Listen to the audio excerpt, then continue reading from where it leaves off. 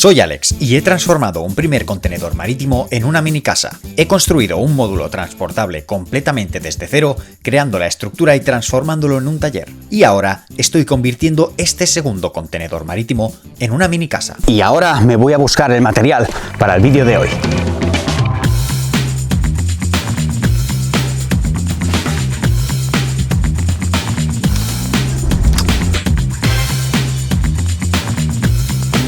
De doble cara. Este es el que buscaba. Esto sí que nos servirá como barrera de vapor.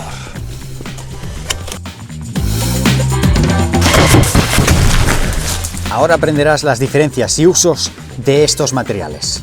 Antes tenemos que entender el concepto barrera de vapor. En el interior de una casa se crea vapor de agua, ya sea porque hay personas dentro y el mismo respirar crea ese vapor o por el simple hecho de usar la ducha o la cocina. Un espacio cerrado. En un espacio cerrado, ese vapor se va acumulando y al tocar una superficie fría se condensa y se forma agua.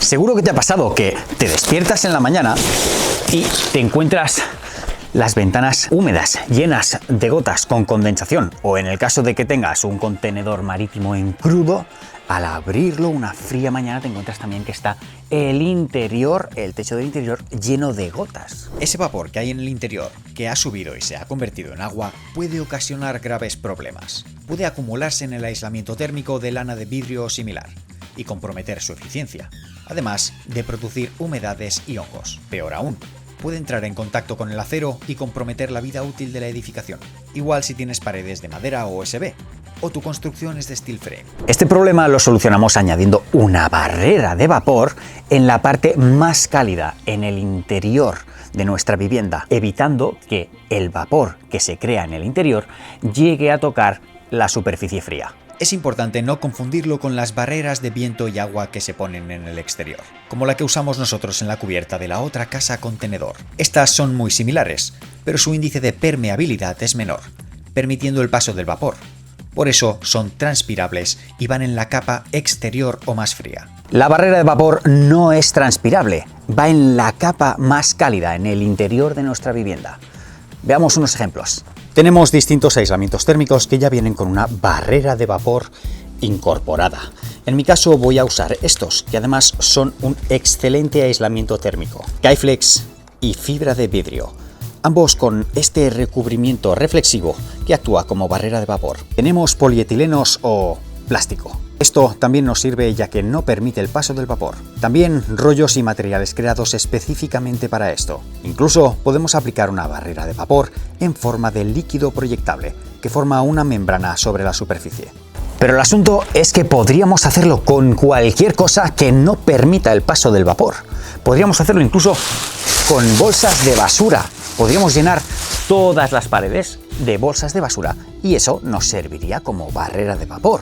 Lo más importante es que todo sea continuo, que cubramos todas esas juntas con algún tipo de cinta que también actúe como barrera de vapor y el vapor no pueda colarse entre las juntas, que sea una barrera toda continua. Vamos a iniciar el montaje. Y a día de hoy todavía hay gente que me pregunta: Alex, ¿cómo puedo construir una casa contenedor? Tengo ciertas dudas, quiero hacerlo de esta manera. Construir con contenedores. Esto es lo que va a resolver todas las dudas que tienes y nuevas que te van a surgir en el proceso.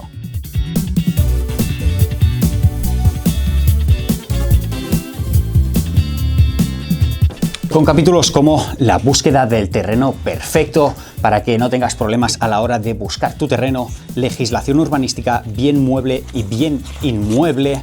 También tenemos otros capítulos como presupuesto y urbanización para que nos salga el presupuesto al céntimo, todo calculado. Y seguimos con cimientos, búsqueda del contenedor marítimo, saneado y restauración, disposición de contenedores, apertura de huecos, cubierta, suelo, puente térmico, fachada. Y seguimos hasta el final para llegar al punto más interesante. Llegamos a infracciones, a legalidad y estrategias. Para esas personas que se mueven en esa fina línea entre la legalidad y la alegalidad. Y lo mejor de todo, con enlaces de interés que los puedes escanear con la cámara de tu teléfono, puedes escanear ese código QR y te lleva directamente a la página de destino, a la página de interés, además de un montón de páginas a pleno color para que no te pierdas nada. ¿No te lo crees? Mira.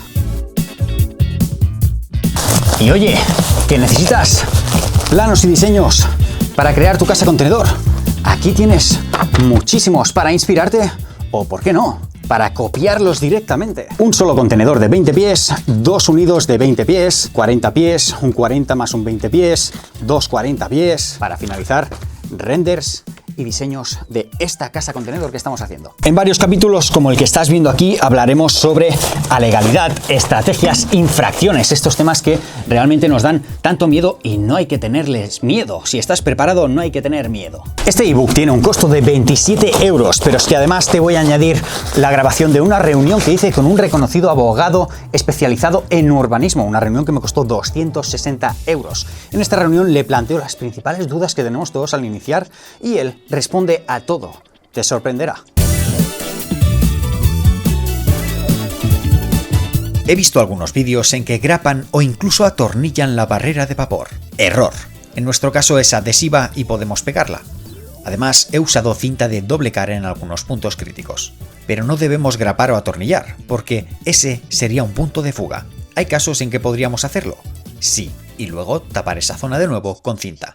Pero no es lo ideal. Entre panel y panel tapamos las juntas con cinta de aluminio, que actúa de la misma manera que esta barrera. Es inevitable que nos queden puntos de fuga, como zonas donde pasamos tubos o cables, pero lo importante es sellarlo bien y que la mayor parte sea continua. Además, gracias al material logramos una capa de aislamiento extra y una cámara de aire entre ambos aislamientos.